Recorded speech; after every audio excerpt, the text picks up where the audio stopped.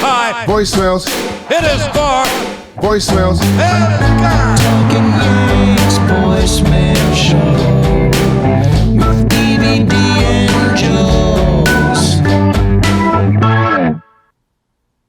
What is good, y'all? Welcome back to the Talking Yanks voicemail app.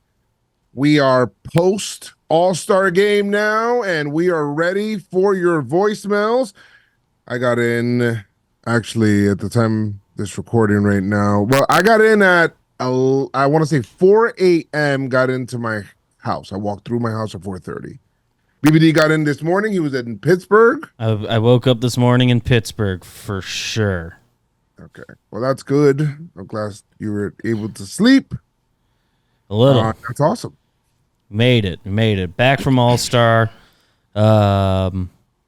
Hiccups getting home, but that was the entire Northeast, I guess. So Yes. that's ain't that life. So we made it Ain't here. that live. Made it here today. Second half yeah. kicks off tomorrow. It does. And Cannot wait. And we're entering like the depths of or one of the more exciting parts of the year. Trade deadline starts to get real juicy from here until it happens in about 2 weeks. So yeah. I think that's what a good number of the voicemails are about this week and next week. Not to try to predict voicemails. But yeah, I think first we have a question about All-Star Weekend. Yeah, let's go. Let's get right into it. It's not if a you guys want to weekend. leave us voicemails, feel free to do so. 908-845-5792. We're here for you. Let's go. Cool. Let's get into the week that was.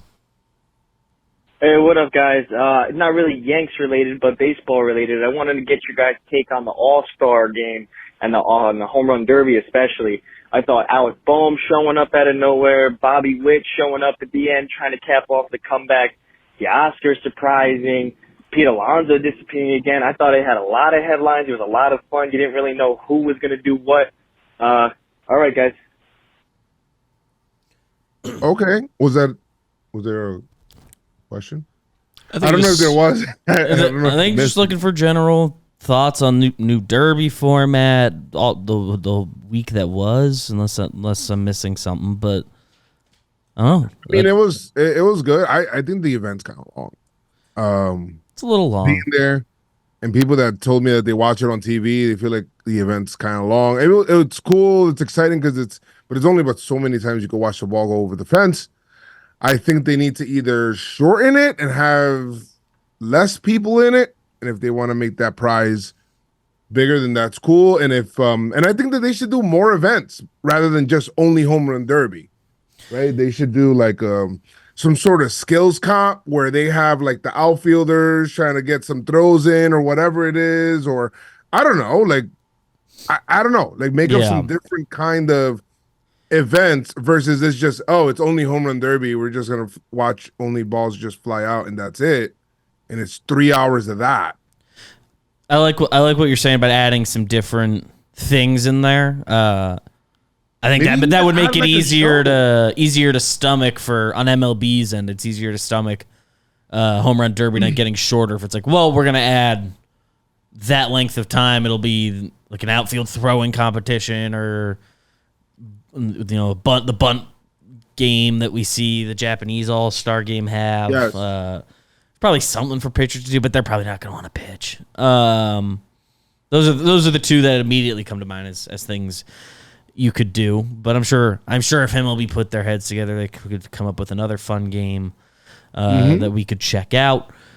That I think would make it easier to stomach, shortening the derby a little bit or making it fewer participants. If you want to check out Jimmy's 3 things, if you're listening at home, I like the parameters he's sort of set up there with how to narrow it down to 6 and perhaps encourage more stars to do it. But yeah, as far as just watching the Derby this year, new format, the first round, I was of the opinion that the first round was interesting enough, but maybe I was just being enamored by the new format and wanting to see what was what there.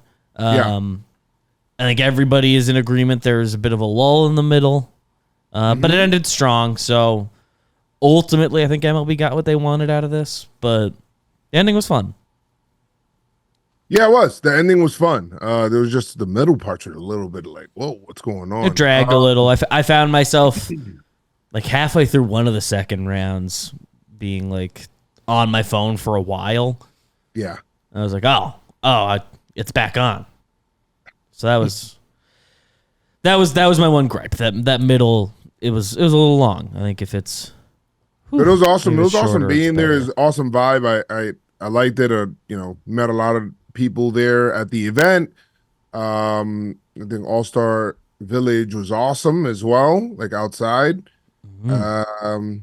Yeah, do it. I mean, make it a whole entertainment thing, man. Like if you want to include like a little 15-minute show performance, musical performance from somebody, like a mini concert in there, just throw that in there in the home run. Yeah, sure. Why not? Yeah. You know? I like And then that. cap it off with home run derby. That's maybe one of the things that I would probably do for a home run derby, like make it more than just one event. That'd be nice. But that's it. I mean, it's with that. What else? What else we got? I was gonna say, any thoughts on the All-Star game itself? They got to go back to. Oh, the All-Star game itself. They got to go back to wearing their own jerseys. I think they're gonna do that. Sounds like there's momentum towards Should. it. I it's the number one thing talked about around the All-Star game, it feels like. So I obviously don't disagree with people that wearing their own jerseys is better. MLB, I don't know why MLB is acting like they didn't make like home run derby uniforms that people bought. The people that want those will still get them. People bought even those. if they're- People even bought the warm-ups, the All-Star warm-ups. They used to buy those Yeah. too. Well, Nobody- especially when I was a kid, which is what it's like for. Like Who when I was a asked for kid, the I loved jersey? those. Nobody asked for jerseys. I think that And like they wear the jerseys in the derby. Like I have the one from the year Judge won it, and he was wearing. That's what he was wearing when he won. That's Right. like the time I do it, and some people will get it for guys even if it's not that circumstance. But I don't see what was wrong with that setup. Like they probably do sell more with this, but I think it's a worthwhile change back, which I think everyone just agrees on that. You know, the AL jersey, it looked weird. this 'cause the year's jersey AL looked like jersey was weird. I don't know why. First of all, the AL, NL, I don't know why they chose those colors for AL and NL because the American League is usually a bluer color.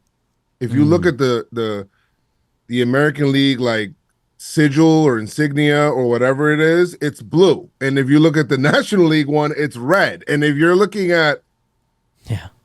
the jerseys, I kept getting confused. I'm like, oh yeah, that's the AL, not the NL, and I'm rooting for the AL because I'm always an AL guy. But it's like it was just weird color choicing too. It looked like a Nintendo Switch controller. Those were weird. Yeah, switch color is a good call. The AL had the redder one this year. I spent the whole time since that came out and like trying to watch every time I caught some of the game. Like I was trying to figure out what color that was because it wasn't quite a red, it wasn't an orange, it wasn't a pink. Like I guess like gun to my head, it's red, but I could not figure out what that color was, and maybe that's a me problem.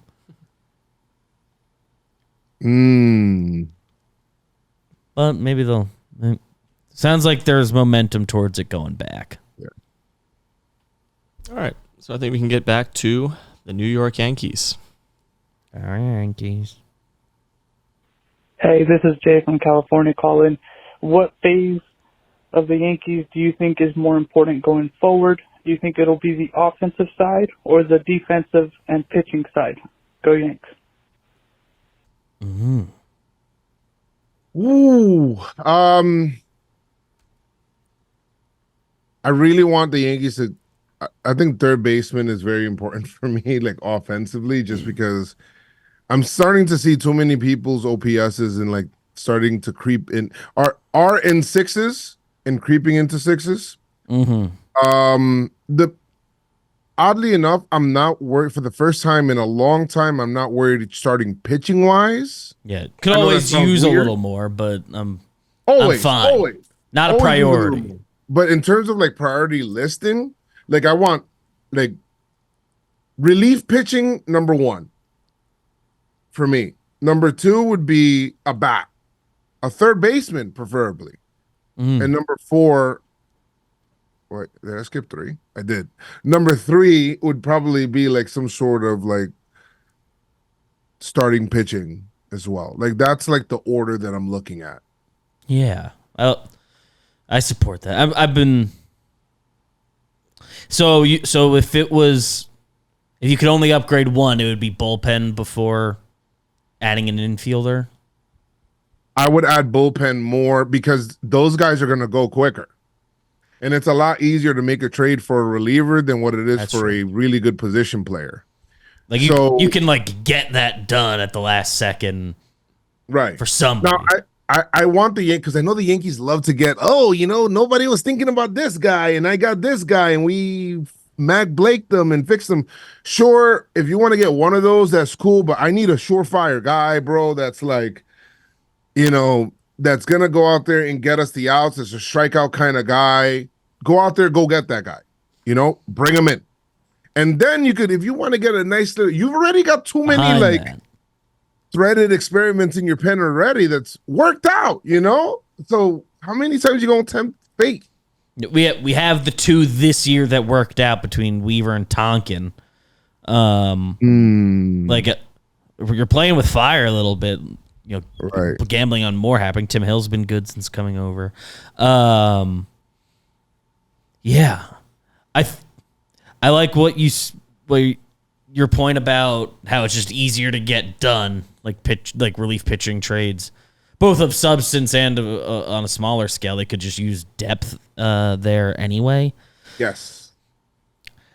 Trying to think, like, if I could only upgrade one, do I trust them to figure out the bullpen in time for the playoffs, or would I rather roll with the offensive group we have and hope they're set up? Gun to my head, I felt like, and which I've been saying a lot. I guess I was in Texas a while, but the gun to my head, I would really like an infielder. Maybe it's because it's been such a narrow list. I don't even know who the guy is gonna be there because it feels like Ryan McMahon's not fully on the table. If on the table at all. He's the one guy that it's like, I can tell you right now, I'd like him. There aren't a lot of obvious guys there. Right. Bullpen, there's going to be options. There's options every year. Might not be a guy we've thought of yet. I hope it's a guy we've heard of. Yeah. I want to have heard of him. It's okay if I haven't thought of him yet, but I want to have heard of them.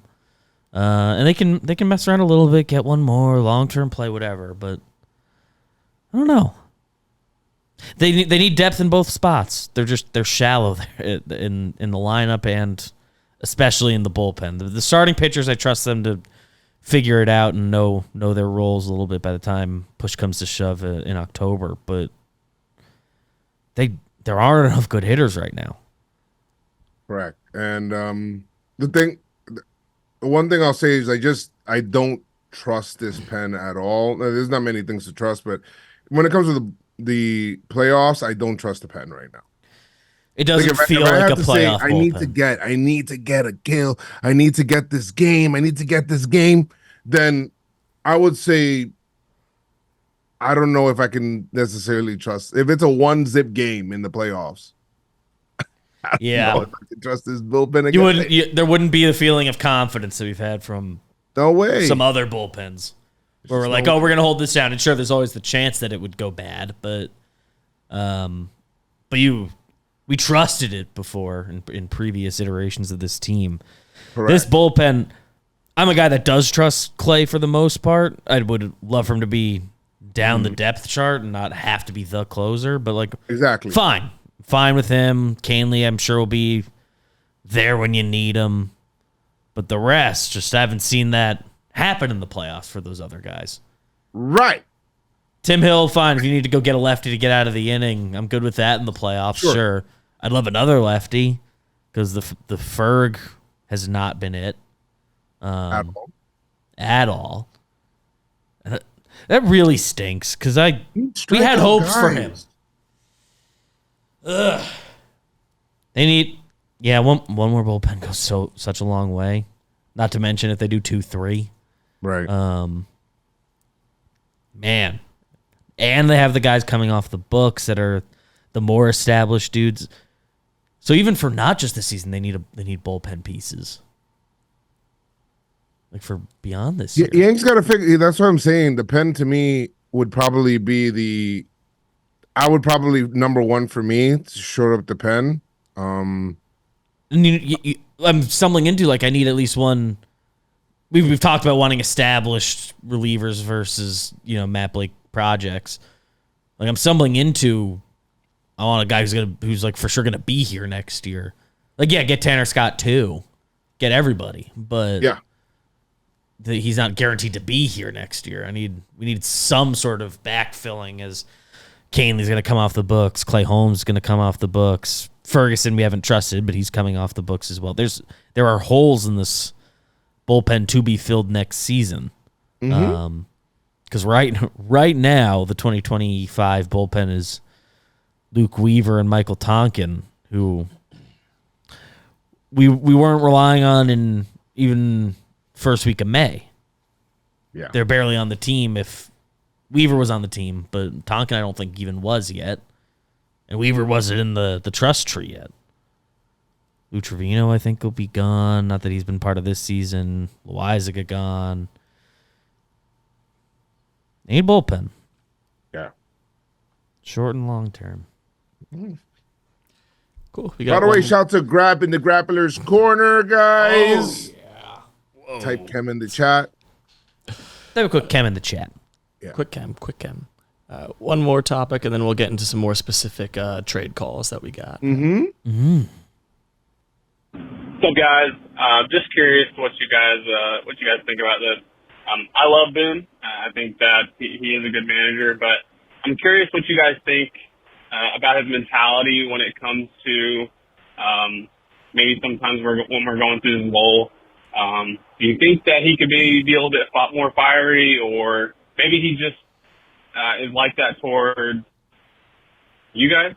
I'm curious to see or what you guys think he's like inside the clubhouse, and maybe if we need a more fiery manager. Hope you guys are doing well, and talk to you later. This is what I think, right? I think we always would love to see, manager be out there and be basically a fan, right? Like, screaming at the player. That's not going to happen, bro. It's just not. We don't know what's happening in the dugout. Not even in the dugout, in the clubhouse. Like, it could be that he's super intense and fiery in the clubhouse in a good way, where it'll be like, hey guys, we need one today, guys. Like, we don't know that because one, the Yankees don't record anything that's going on in the clubhouse. They just don't. And two, they don't publicize it. They don't put it out there any which way. You can't say Boone is lackadaisical or super lax in the pen. I mean, not in the pen, in the dugout and in the clubhouse. In the dugout, you can make your assumptions. You can see some things, but you can see some things, right? But you still don't know. I could tell he's like really in tune into every game because he doesn't take anything. As much as he says he doesn't want to argue with umpires anymore, he still does. He's like really into every single pitch. So in the clubhouse, he could be intense. He could be telling guys like, hey, this can't happen, or we need this today, or hey, big guy, I need you today, or whatever it is, right? For all we know, like that Volpe play versus the Red Sox, he laid into him and made him watch the video a million times after and all that. But in the media and when asked by the reporters and giving quotes to us or them post game, like he's not going to publicly do that. That's not what he's going to do. But that doesn't mean he doesn't have that intensity. I don't know what he's like, just manager to player. Unfortunately, I'm not one of the players. You can make your assumptions, and he gives off with the quotes and always just it's right in front of us. Like, yeah, as fans, I get why we as a whole assume that like it is just lax in there and not necessarily treated with the most urgency. I have to believe it's there, because I think Boone is a very smart guy, and I think he does understand. Like he's not like some dude like brainwashed into like none of this is that important. Like it'll all work itself out. Like that's not how he's about like everything in baseball. He understands how seasons work. Can you imagine you being at like your job and then your manager, like you mess up, or like just like the whole team or a team doesn't hit like a certain number or whatever it is, and then he's just like airing out everybody publicly. Like I'd be like, yo, this isn't a good place to work. I'm like, but rather than pulling you into a room separately and like letting you know, hey man, whatever it is, or like, hey, I don't like this, or I need this from you, blah blah blah. Like, I think it's kind of like the same. I know it's sports and we're very emotional. Trust me, I know I'm very emotional, and I'd be probably, if I was Aaron Boone and I'd be the manager, I'd be very very emotional. But you can't be like that every day, bro, because they look at you toward leadership, and you being a leader, you got to kind of be very level-headed and very steady so you're consistent. If dudes come in and they don't really know how to gauge you, bro, it's kind of off-putting to some other players, you know what I mean? So and we've seen it with some other managers, like even Cora with Verdugo last year. Yeah. Like for some guys, it does work to be like, you'll call out some of your guys in the media or whatever, and be like very open outwardly. The Yankees as an organization, I think specifically sought out the opposite of that when they hired the manager position. I think that is among their favorite qualities of Boone, is that in the media, he's not going to create like a controversy. He'll make headlines with the people not liking it's right in front of us and all that, but he isn't going to start like the drama there. The Yankees have a long history of their managers doing that until Joe Torre came along, and Buck wasn't so much like that from what you read on those teams. I wasn't watching those day in day out. So in Yankees history, it's a pretty recent development to not have like drama coming out of the manager's office on a weekly, daily basis. Well, look at Joe Torre. Like, Joe Torre was like chill on the bench. He was like real chill. He'll talk to guys. He'll know how to talk to guys. Straight Phil Jackson it. Yeah. But when he did say something, it was more impactful because it was like, oh shit, like he's like, yeah, you could see him get like stern with a guy. It's like you knew he meant it. Yeah. Speaking of Joe Torre, he was stranded in Pittsburgh with me. Oh, nice. We saw him at baggage claim. Jake gave him a hello. He said hi. He was very nice, but he definitely was annoyed about the situation that. Oh yeah, landed nobody us in wants Pittsburgh, to talk. so that's Nobody all right. wants to take a picture. No situation like that. It was us. It was Joe Torre. It was Vladimir Guerrero Sr., who was on the flight to Pittsburgh this morning. So, sources being my eyeballs tell me he spent the night in Pittsburgh. Yeah. And Sarah Langs was on her flight too. So it was a star-studded cast. Yeah. All right, cool. We'll get into some trade talks. This first one, just too good a voicemail not to play. I don't think he names a single player. Hey, it's Marcello from Staten Island. I'm really getting sick and tired of these Yankees, man. It's the same stuff every year. We got Aaron Boone and Cashman. They're both the same guys. They're both politicians. They get up to a mic. They make these excuses. What we need to do is go get out a nice starter, a bullpen, maybe even a closer. I don't know if Cole is the guy. I really don't know. Where's Marcello from Staten Island? We got like 4 dudes on the roster, okay? We need 4 more dudes on the roster to make it a full team. And then add 1 more, that's 9 ball players. And that's all I'm looking for. Like I said, I'm a fucking Staten Island guy. I'm sick and tired of being sick and tired. We need to start winning baseball games. Have a nice day. Have a nice day. I missed that. Where was he from? Staten Island. From Staten Island. If we're being just honest, he's kind of spitting. I'd like 4 new bodies in here. Sure. Like that's kind of the number in my head. Two relievers, an infielder, and a flex. Yes. That could be whatever. That could be a third reliever even. Right. I'd love to add 4 bodies. Oh yeah, I'm with you, Pop. Chat, don't I'm clip with you that. right there. Let's go. Give me a third baseman and go ahead. If you want to go out there and figure out 3 pitchers, I'm fine. Yeah. Figure that out. Get Giancarlo back. Giancarlo back, get him right. You know? I'd like that a lot. Clarke's supposed to come back. Clarke when? will be back eventually, huh? Yes, he will. I think. Yes, he will. I want to say he started his throwing program. Was that the last update I saw?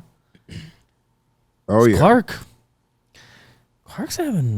was having a really good year. I know early on he wasn't giving quite the length you'd want, but by the end, like he had that run of like 7 innings, 8 innings, or whatever it was. I'm trying to check right now to see if he's. I mean, it's a 2.52 ERA on the season. He had the run of 5.2, 5. Then he went 6.2 and 8 back to back. 5 innings, 2 runs, 5 innings, 1 run. Like this is on the whole, we still would like a little more length. Like let's get to that 6 inning mark more consistently, but Sure. 5 innings, 3 runs or less in all but 1 start this year. He had a 4.12 earned game, his second start of the year. Looks like he just hit the pitch count. So Clarke was really good. He was having like his breakout season. It's through 11 starts.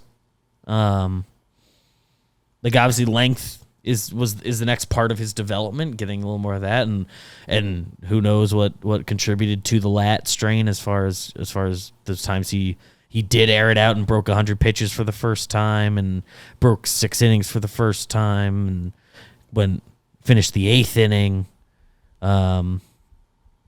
That's clearly what's next in his development, and now surviving without an IL stint. But Clarke was a big part of this season. And he should be back at some point. I know they're going to slow play it a little bit. He's on the 60-day right now, so there's some time before he's going to be eligible again. But May 26th was his last game, 60 days after. Just text him. May 27. So July 20. So in a week he's eligible. I don't know where he's at. I just text him to see how he's doing. All right. Hopefully he gets back to us. So Staten Island guy got us onto a little bit of a Clarke Schmidt talk, but he's a big part of the year. So thanks for the call. Thank you for the call, Pat. Appreciate that. Sick and tired of being sick and tired. And I agree. All right, we'll get into some names now. Okay. What's up, fellas? It's Amato in California, Amato. and I am looking forward to this trade deadline, and I am praying that the Yankees trade for Jazz Chisholm. I think this kid has ability to be a superstar if mentored correctly, and that's what he would get if he came to the Yankees. He'd have Aaron Judge right there, man. I think what he needs to be in a winning situation, and if they move him to second base, I'm sorry, Gleyber, I love you, but you're on the way out anyways. The Yankees should trade Gleyber for a bullpen arm or for some prospects or whatever they can get. I love Gleyber. He's a good dude, but he hasn't been doing it, and it doesn't look like we're going to be re-signing him in the future. So that's my take on what the Yankees should make the priority be at the deadline. What do you guys think? All right. Thank you for the call. Mentor, he's 26 though. He's not like a rookie kid. Yeah. I agree. Like he seems like a guy who a change of scenery will help. Yes. And maybe elevate him to the player we saw the first half of 2022 that we'll give the was team like his some all-star speed. season. I understand the fascination. Lefty bat has hit more or less like at least league average, which is an upgrade in this infield. You move him back to second base where he was actually the year he played second base full time. He graded out very well by all the numbers you can find on StatCast that are publicly available. Like He was a very good second baseman. Center field, he's done a good job learning. He's shown an ability to and willingness to try things and go where you put him. So that's a good trait to have. He definitely needs to change the scenery. I don't know if the Yankees are that spot. Getting to hit in the Bronx is an interesting proposition. It could up that homer count a little bit. Speed's interesting. He becomes a very his baseball savant numbers. They're better than Glaber's, but not by much. And he strikes out, like he chases out of the zone way more than Glaber. Yeah, Glaber's swing decisions this year, for the most part, I think are still grading out well, like close to what he was doing last year. Yeah. Jazz needs to work on that a little bit. Yeah. Just he's such a weird area because you can see the tools. Like anytime you watch him, he does like pop. And he sticks out and he's had success, but on the whole, he hasn't had that full season yet. So what really is his value? Because he's 26, he hasn't put it all together yet. That's okay. That he wouldn't be the first guy that figures it out at 26, 27, 28. He'd be far from the first guy. It's baseball. Yeah. But he has 2.5, 3.5 years left. I think 2.5. So that in theory should be like his peak value is right now, but his statistics are average, which again, I agree is an upgrade for this current Yankees team. And we're not in a position to be too picky on infielders necessarily. Not that many that seem to be available. I think the Yankees can do better. I think they you can get him, but I think they can do better. I think there's going to be more impactful, like today additions. And like just given the things we know about Jazz and like the stories you hear, like I just don't know if he's the guy the Yankees are going to like give up several pieces for. And I don't know what Miami's asking for. Because in theory, they should be asking for a lot for him because he's toolsy as hell and has control left. The production simply hasn't been there enough. It's such a weird area. It's on a very different level. Yeah. On a very different level, it's similar to like when people try to dream up the Mason Miller trade. Because like I don't know, that's not happening. It's 5 years of a reliever. So is that worth anything, even if you think he's the truth? Like like he and Jazz, in very different ways. Because Mason Miller's been nothing but a stud and has even more control and is younger. But in the case of both of them, like where their value should be, I don't know how that lines up for a trade and who exactly wants to do that trade. I don't know. Maybe the Yankees are motivated to make that trade. It's not it feels like a faster Glaber. Feels like a faster Glaber, a left-handed faster Glaber. Which might be interesting. You know what? That might even be good, but I don't know. Is he better defensively than Glaber?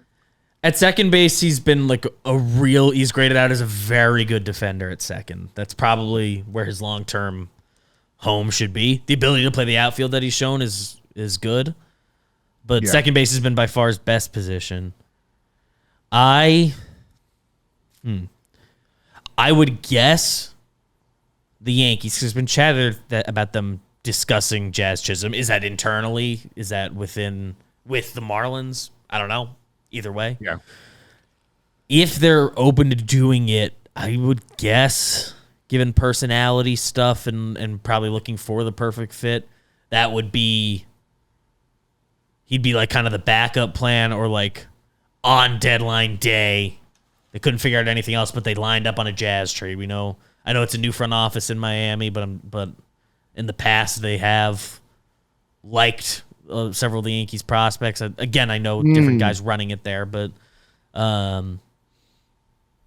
they historically have been good at doing trades with Miami. They did the John Birdie trade right before the season, so they've talked. So I think these teams have an understanding of each other's farm systems and all of that. I would But clicky prediction: if they did the Jazz Chisholm trade, it would be on the deadline day because they couldn't figure out something else. I just don't see him being the Yankees' priority piece because just numbers wise, the Savant's not incredibly pretty, and the production's not incredibly pretty, and he might be sneaky expensive because of the years. Like, guys, he has a 728 OPS. Glaber has a 654.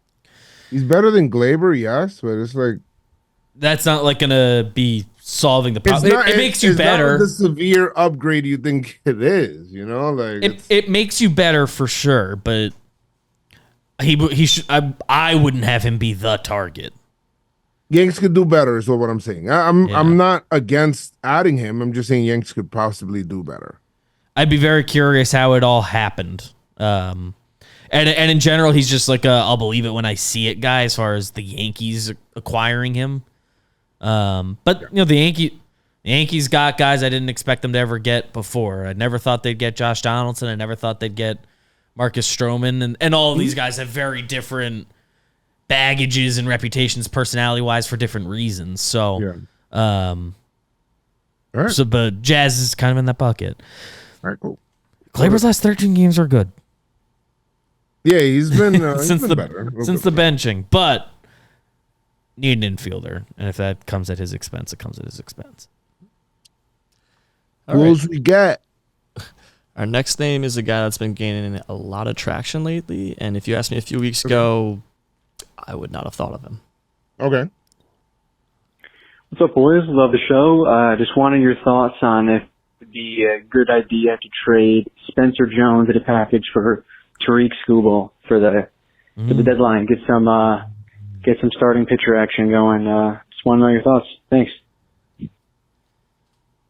I like Skubal, and his numbers are great. He's young as well.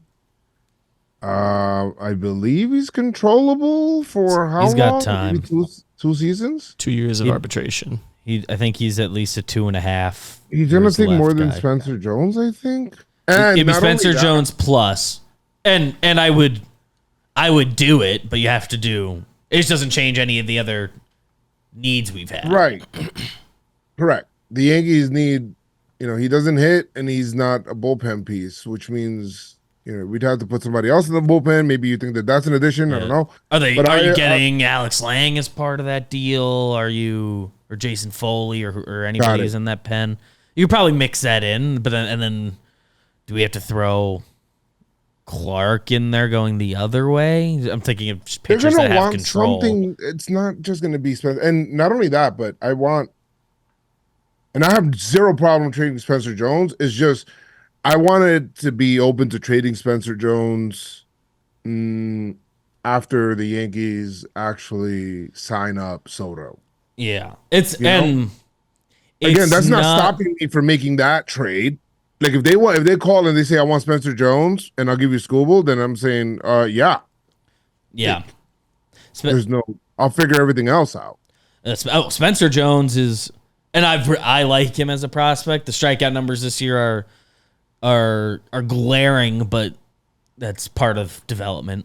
I wouldn't say I'm worried about it. I still like him as a prospect, but he should be far from untouchable, especially with we assume Soto being a priority re-signing. Even without that, like you have Judge locked up forever and hopefully Dominguez forever. So Jones certainly shouldn't be this untouchable under no circumstances piece, but the allocation of that asset is important. I would do it for Skubal. Is that the best use of that resource? Maybe. Skubal's really good, a young lefty, but still fairly cheap. Still definitely cheap. He's making $2.5 million this year. They're not trading him. I don't think they're trading him. It sounds like there's slightly more scuttlebutt around it. So, I don't know. Somebody gives them the Godfather offer. They said that they were not going to do it, but that everybody has a price, but they said that they're not. It sounded like what every GM should be saying is like, well, the whole job is seeing what teams are willing to give you for this guy. That's what the GM's job is. But I don't think Skubal's being traded. I think he's part of the answers in Pittsburgh, not Pittsburgh, in Detroit, not the guy they're trying to move. I'll be honest with you. But he's if exciting. he was available, the Yankees can't outbid prospect wise. Let's just say from a team that needs it, like the Orioles. Yeah, and it all depends. It like who do these? It depends who that front office wants. The Yankees don't have a bad farm system. No. And they've been able to turn guys into at least MLB contributors. And so it all depends on what these specific teams want. Pure like prospect rankings stuff, like a team like the Orioles can outbid them for anybody. They have a very top end system and a bunch of very, very highly regarded prospects. The Yankees, Jones is up there, and they have a few guys on the top 100. But yeah, I think the Yankees can trade for just about anybody they like really want. They can pull off any one trade for sure. But would Skubal be the best allocation of that resource? Maybe. He's really good. He's controllable. I would not be upset, but then they'd still have other moves they got to figure out. Yeah. It doesn't change any of the needs we already have, but I like the thought. Yeah. Cool. Dodgers probably want him bad if he's available. All right, I think we can squeeze in one more here of just some general trade thoughts. Hey guys, Ryan here. Just want to know, what do you think that makes the Yankees ultimately better? Going after just the big fish in McMahon or Tanner Scott, or getting a bunch of different guys like Ahmed Rosario, Andrew Chafin, Carson Kelly, Paul DeYoung, B-Rob, or Drew Smiley? Thanks. I mean, a lot of those guys you named are good. Yeah, there's enough names in there that I do like. Yeah, there are. I mean, Ahmed Rosario and the Rays are selling. Yeah, the Rays will listen on anybody, and I don't think they care about giving anyone to the Yankees. He'd be a cool guy to get. He could play third, right? He's played some third this year. I think it's the first time he's done it, but he's played 13 games at third this year. He'd give the Yankees speed. He'd give the Yankees some good speed. Gives some speed. He can go in the outfield. He's played more second base than anything else this year, but again, 13 games at third, shortstop experience. Sure. Second base is fine too. Year. We're doing that. Yeah. I'd like that addition. Why not? I mean, there's a lot of his other stuff that's weird. Some of his other numbers and whatever, but I think he's a guy that doesn't really strike out much. He's a contact kind of guy. Puts the bat on the ball, that's fine. I'm fine with Ahmed Rosario is a good pickup, and he's hitting well. You're getting, if we're talking literally about that guy's packages he suggested. I'd love Scott and McMahon, so that would be a really nice package. So I don't know if I'd take the other one over it, but getting Rosario, DeYoung, David Robertson. And he said some others too. Chafin was in there. He's not necessarily a New York guy, but I think he wants to be somewhere where he can live on some land. Because I've heard him say that on the Chris Rose rotation. But there's something to be said for getting a ton of depth, even if it's not that exact list of names. D-Rob's been awesome. He'd be a great addition. In general, one gun to your head, pick a piece type trade, or get just four random, not random, but B- names in here. I'd be tempted to take the crop.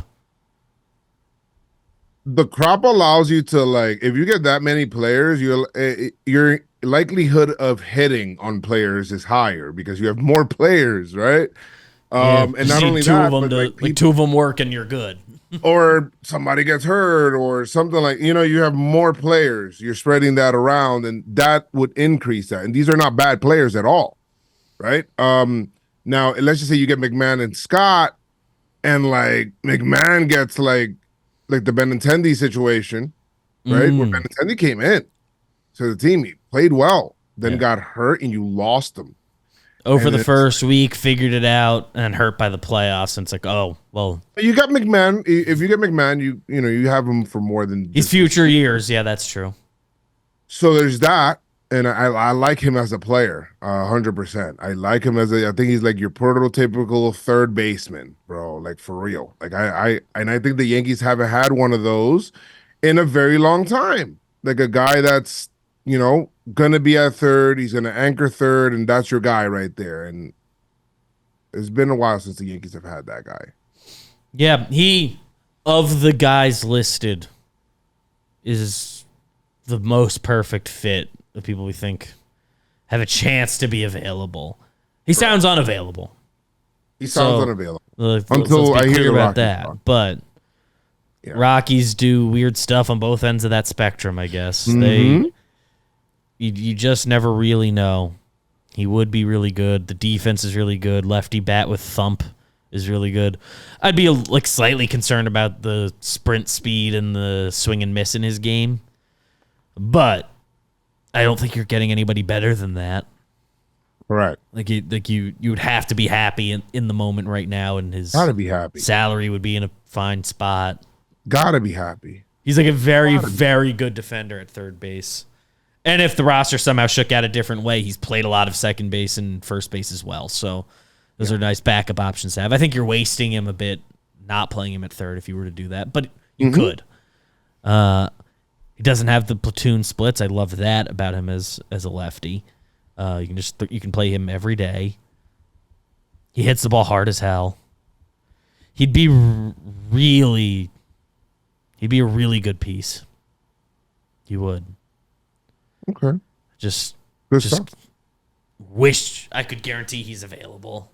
If he is, Yankees be in. Big time. I'm big time in on that. But I'm open to both. I want the Yankees to do something because doing nothing is crazy. We all know that. Doing nothing is crazy. It is crazy. Do we have any other voicemails? You got one that could give a... Throw it in there. Yeah, opposing fan. One more. Some well wishes. Okay. Orioles fan here. You guys stink. Ever since you hit Gunnar Henderson, you guys have sucked. You guys are a bunch of crybabies, worthless losers. Do a rebuild. Soto ain't coming back. Judge stinks. One overpay. Horrible team. Scrap it. Rebuild. You guys aren't competing for nothing. Judge overpay, huh? Are you finished or are you done? Thank you for the voicemail. I'll tell you what. I mean, for you to say Judge is an overpay and then you look at his stats and then he's number one in everything, it just, I have no problem discussing with fans and stuff like that or going back and forth and talking trash, but make it factual, bro. Come with the facts. Okay? Can't just make stuff up. You guys Judge overpaid. You guys needed the Yankees to basically give that game away to not get swept. You guys are still struggling, kind of like us. So let's not act like you guys are like above and beyond. Okay? Let's relax. The Yankees have been the worst team in baseball for 5-6 weeks. Yeah. And they went from 2 games up to 1 game out. Yeah. So the Orioles did nothing to... The Yankees got very lucky that the Orioles did not come close to putting them away. Didn't even really put them in a hole. It's been 6 weeks of this. Yeah, simmer down. But thank you for the call. Thank you so much for the call. Yeah, feel free to leave us voicemails. Anybody's welcome. 908-845-5792. You know, whether crazy, whatever the hell you want to talk about, we don't really care. Everybody's welcome. Appreciate you guys for leaving this voicemail. Next week, I think, is going to be our last double checking the calendar.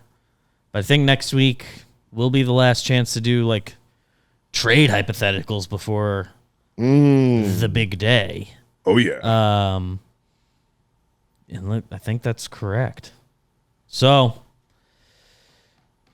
call in with trade stuff. Let's go hard on trades next week because then we'll be down to the final 4 days before the deadline. Maybe they'll have made it the first trade by then. Okay. The first non-JD Davis trade. 908-845-5792. Call us next week. It's the show by you for you. I'm BBD. That's Joe's McFly. We love you. Thank you. Comment something kind. Hit it high. Voicemails. Hit it far. Voicemails. Hit it Talking Yanks voicemail show.